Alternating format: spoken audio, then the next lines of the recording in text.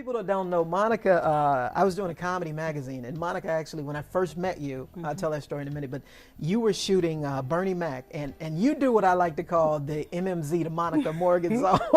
You get into that zone. Where are you at when you're in that zone? Because it's like nothing else matters. You get in there, you get your work done, and you're in that zone. What is that like? Well, Skater, I'm self-taught, which a lot of people don't know. So being self-taught, I want to make sure that I'm not a fraud with my images. And what I mean by that, when I say a fraud, I want to really, really concentrate and do the best that I can. Gotcha. So I encompass everything that I know about photography when I push that button. Of course. And so I have to take myself to an area where I can totally focus on what's going on. And then that's when the zone comes out. Gotcha. So I can't hear any outside noises or anything. It's only what's going on with the subject, me, the camera, and pushing that button to capture that moment, because it won't happen again. I will love you anyway, even if you cannot stay. I think you are the one for me. Yeah, here is where you ought to be. I just wanna satisfy you, though you're not mine, and I can't deny it. Don't you hear me talking, baby? Love me now, or I'll go crazy. Oh, no, sweet thing. Just a little bit.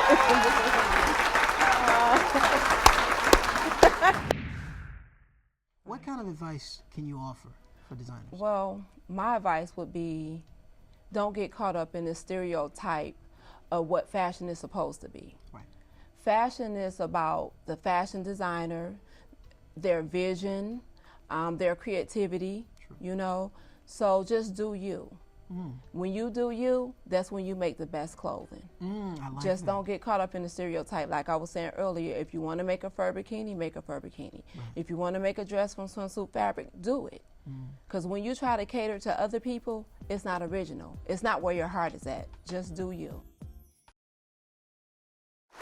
Say, man, the last time I got down here, Jack, right? Man, I was scared in the morning, you know what I'm saying? You know, people look at me like, say, Jack, man, where you going with them ugly shoes? I said, you your mama's shoes, Jack. You know, you don't remember the kids, baby. You know when a brother's scared of you when he talk like a ventriloquist, you know what I'm saying? You don't want to repeat it, say, what you say? I ain't saying nothing. TP, what comedy at the crib? Where did that come from? Well, Comedy at the Crib is basically where MTV Cribs meets Saturday Night Live. Wow. We basically bring comedy to your crib or any other venue you may have. Come to your home, your church, backyard barbecue, grandma's community center. Whoa. So I can call up and get like comedy coming straight to my crib. Yes. We come straight to you. And the other thing is we cater to you. So you tell us what you're doing, and we write our own sketches. So we write it fitting you. So if you going to grandmama's birthday, grandma's gonna be in the sketch. Wow. Okay, so like if I'm going through like a divorce, you guys can come to my house and do can you make fun of my wife? Unfortunately, we will. Yes. Okay, when I get married, I'm gonna call you guys when I'm going through the divorce part. He thinks ahead. I love that. Ebony Magazine, which is big. A lot of people don't get an opportunity to do that. But how did that come about, the Ebony Magazine job? I was getting ready to graduate from college, and my job prospects weren't that great at the time. Right. So I just decided to send my pictures off. I remember seeing it. They had a casting call when I was a little girl in Jet Magazine, and I just remember it. So I just decided to, a shot in the dark, decided to send my pictures off. And it's really, really funny because I didn't hear anything back from them. So I was like, oh, maybe I didn't get it or whatever. And then I happened to come home from school early one day just to take a nap, because I like to do that. And beauty nap. Right. And they called me. And she's like, oh, this was the last time we were going to call you. We've been trying to get in contact with you for quite some time. So they have been calling you? Yeah. Okay. And I had a roommate. I never got the message. Wow, she's a hater. I never got the message, needless to say. But they flew me out there. Wow. They were really, really nice, because I was getting ready to graduate actually the day before the audition. So normally they keep people for the whole weekend. Right. So she's like, well, you know, we normally keep people for the whole weekend, so you're probably gonna miss your graduation. And I was like, you know what? I only get this opportunity once. I'm gonna come anyway. Whoa, whoa, whoa, yeah.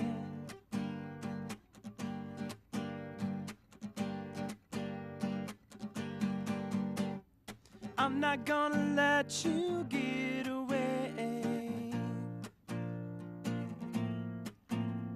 and I'm not gonna let you get away. Yeah.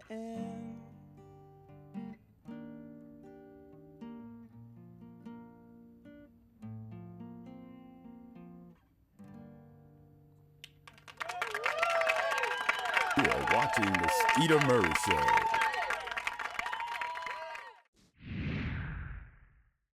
In the year I did a showcase for the VPs of CBS. I was on the tour with him. I opened for him in LA. Okay. And he was pitching some things. So Okay, the VPs okay. from the networks were there to see him. Wow. They didn't know I was on the show. Wow. So I came out, did my hot 20, you know, and the rest kind of just rolled from there. And he put me on there on purpose for that. He told me. He was like, hey, you know. No, that's one of those brothers, man, that really believe in helping. Man, he does. He helps immensely. So most showcases, you got to fly on your dime. Or you hoping you do 5 minutes in front of, you know, just executives. I was in front of a real audience, Right, you know, right. 2,000 plus, getting paid to do my thing. 30 minutes, hot. So, you know, I'd already won doing that. So then when I got the calls, my attorney get the call, hey, the executives want to meet with you. Okay. They actually were battling over me. Are you So I ended up serious? signing with CBS first. Wow. NBC was pitching their show. So it was fun. It's good to be loved.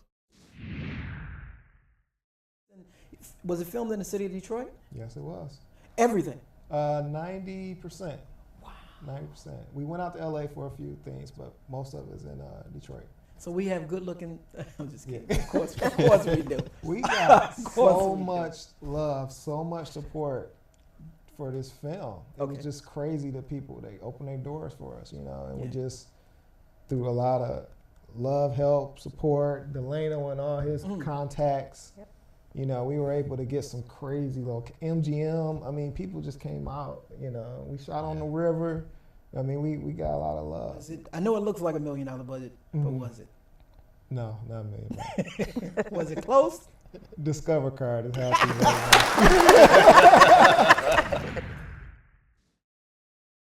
You have to frame the scene in the courtroom, please. Tell us about that scene and how it happened. Wow, I was really, really afraid first of all. And Harry Davis is great at setting people up for the unexpected. Okay. To me, it was a spontaneous scene. I knew who I was directing this here energy towards with my comments, and I understood what my position was. And no one knew that I was going to do that spontaneous scene. So we caught him off guard, and I think I delivered. No.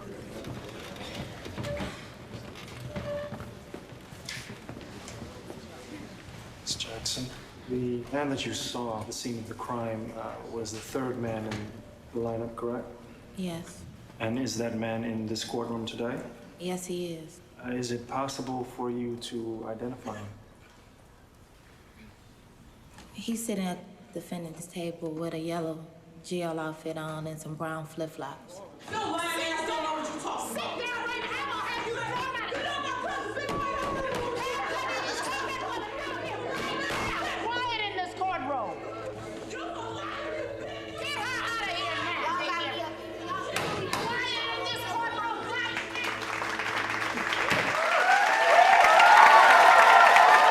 It was just like, it was real. It was so real. Now, where did you get the incentive, the motivation for that character? Was it just you? Well, my motivation is love. Well, in this movie, you must have loved to kick ass because your character was off the chain. I mean, you like, yo, where'd you get all that? Was that natural? Was that in the script?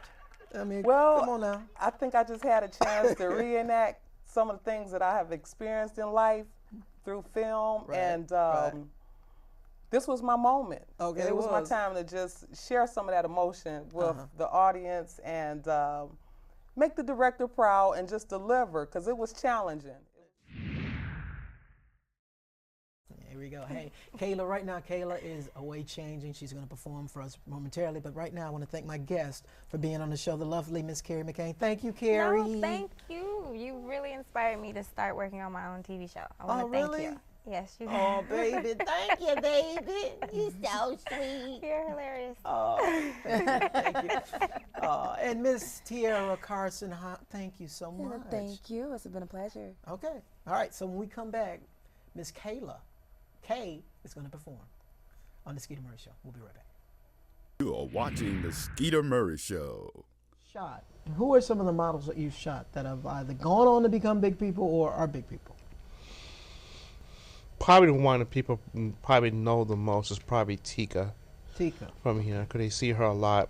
And she goes to Miami Fashion Week every year. Mm-hmm. And I've seen her transformation from how she started off and then how she is now. But she still seems to be fun. You know, she's still like, I just saw her recently and she was like still very fun, laughing. Be different. I want to step to the left, you know what I'm saying, and focus on what a lot of people don't focus on in Detroit, which is our dance scene. Yeah. You know, with the jitters and the tickers and hip rolling, whatever that is, you know, they need music too. You know, new music, because all the old music they play in the club is just getting tired, you know what I'm saying? I mean, it's not getting tired, you know, but we could use some new music.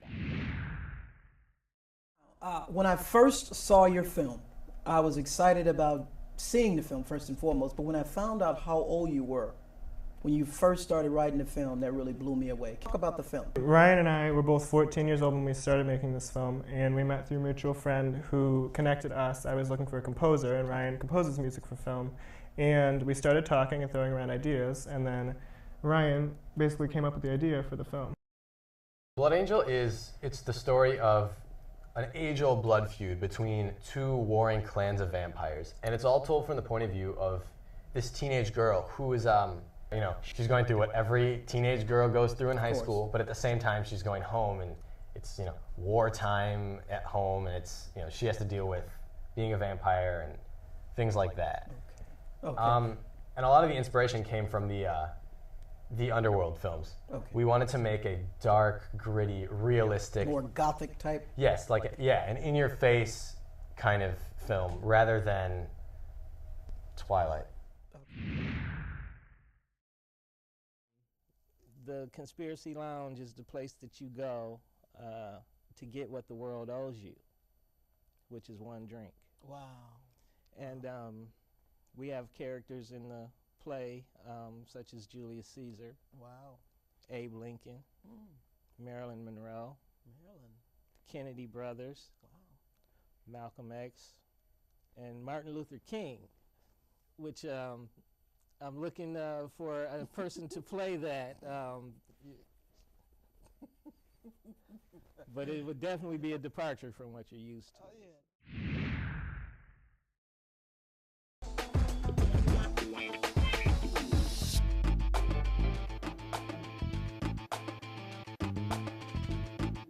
But until next time, keep watching the Skeeter Murray Show.